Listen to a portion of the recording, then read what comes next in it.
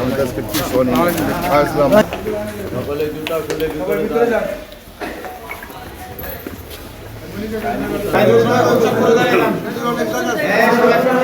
ভিতরে জায়গা আছে অনেক।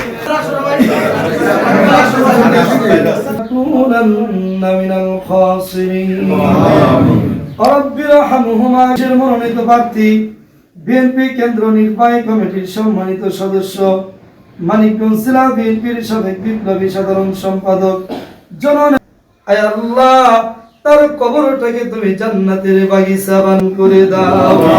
আল্লাহ তাআলা বিএনপির ভারপ্রাপ্ত চেয়ারম্যানকে দ্রুত বাংলাদেশে ফিরে এসে এই দেশ এবং জাতির খেদমত করার জন্য তৌফিক দান করে দাও।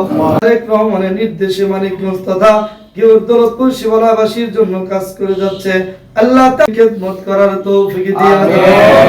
সুবহান রাব্বিকা রাব্বিল ইজ্জাতি আম্মা ইয়াকুল্লাহু কুফুয়ান আহাদ বিসমিল্লাহির রহমানির রহিম শফিনা হাবিবিনা মাওলানা মুহাম্মদ সাল্লাল্লাহু তাআলা আলা খায়রি খালকিহি আলিল আযিম মিনাল খাসিরিন রব্বির রহমহুমা কামা রব্বায়ানা সাগীরা।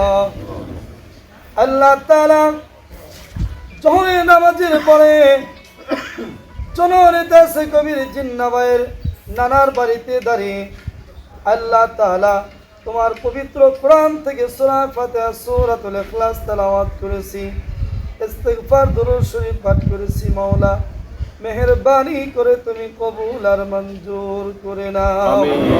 সাবেক সাধারণ সম্পাদক গিওর দৌলতপুর শিবালয় ধানের শীষের মনোনীত প্রার্থী বিএনপি কেন্দ্র নির্বাহী কমিটির অন্যতম সদস্য জননেতা শেখ কবির জিন্নাহ ভাই নেতা কর্মীদেরকে সঙ্গে নিয়ে আল্লাহ তাআলা তার নানা, তার মামি, তার নানি, তার মামারা, আত্মীয় স্বজন এখানে অনেকেই কবরস্থানে ঘুমিয়ে আছে। মাওলা রব্বুল আলামিন কোরআন থেকে আমরা তেলাওয়াত করেছি, আল্লাহ পাক এই কোরআন তেলাওয়াতের খাতিরে মাওলা